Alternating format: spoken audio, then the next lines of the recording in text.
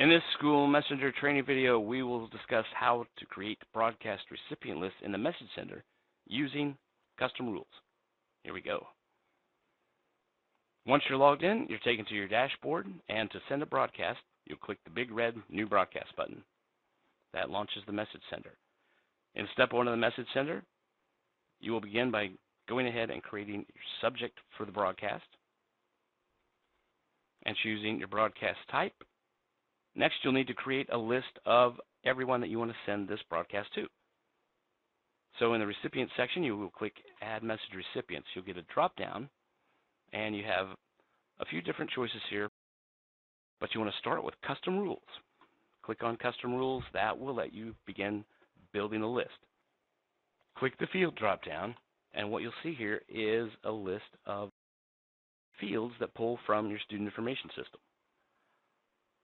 We call these fields rules, but what they really are filters. Each rule that you add to your list will filter it down until eventually you're left only with the people that you want to send this broadcast to. Now, you're going to see different fields in your own account than what you see here. Every account is specific, customizable, and the fields are based on the fields that are in your student information system. But everyone will have the contact type rule, and you want to add the contact type rule first.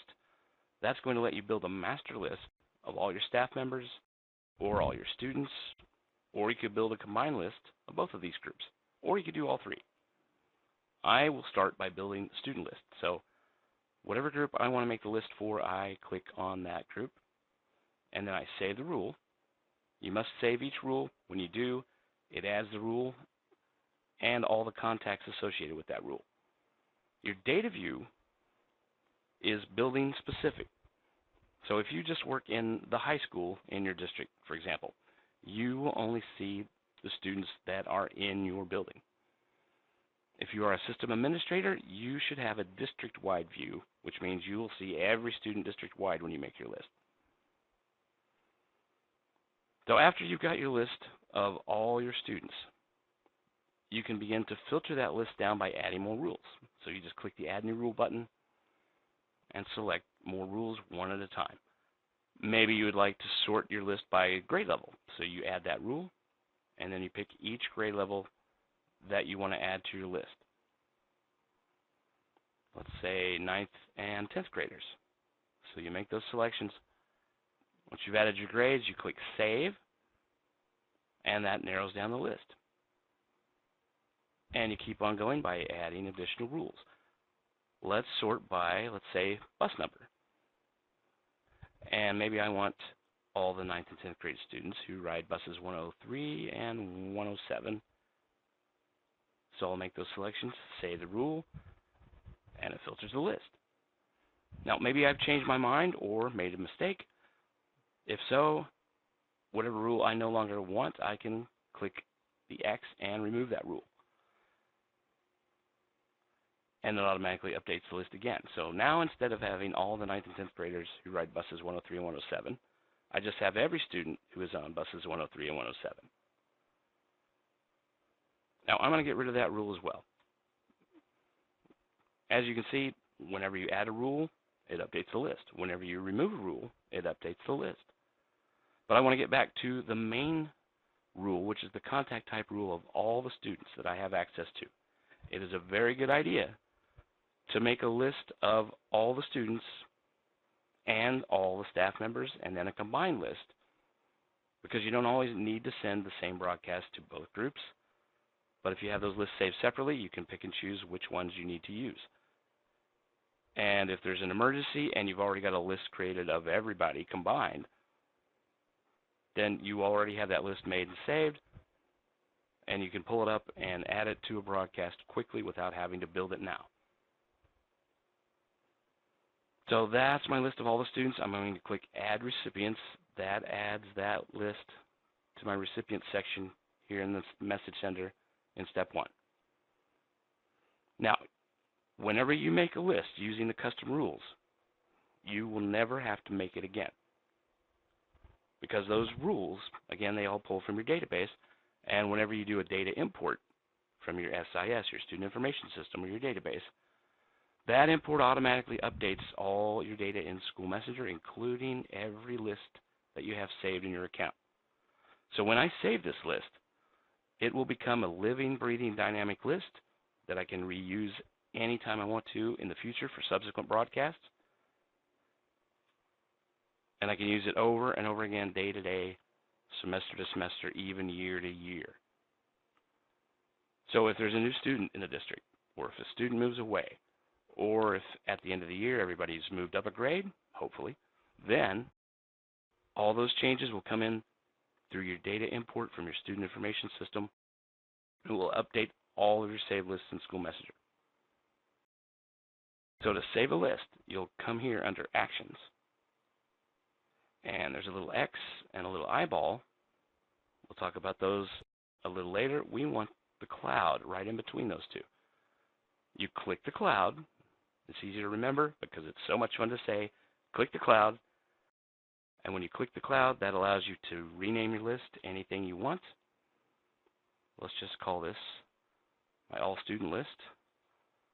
And list is a given, so I don't need to type that in. But you can type in any list name that you want as long as it is clear to you what this list contains based on the name that you give it.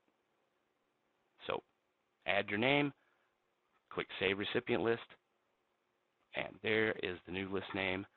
And notice under Actions, the cloud is gone. And when the cloud's gone, that means your list is now saved in your account permanently. And it lives now on the list page right up here on the top, which is located under the Broadcast tab. And anytime you want to reuse this list on a subsequent broadcast,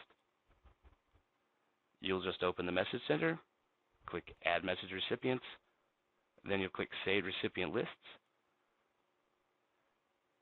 and there it is, along with every other list that you have saved in your account.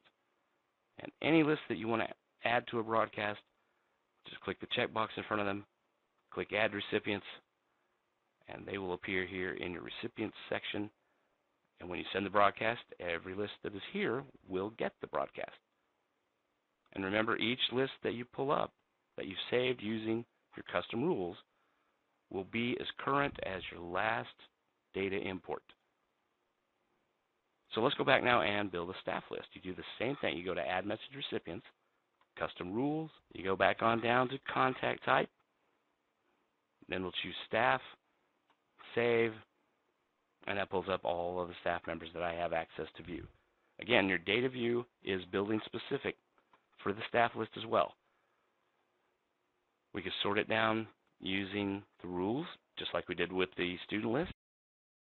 But I want to keep the entire staff list, so I'll click Add Recipients, and there they are. And just like your student information, your staff data will also import from your database. So let's save this list as well, and we'll never have to make it again. So click the cloud, name the list,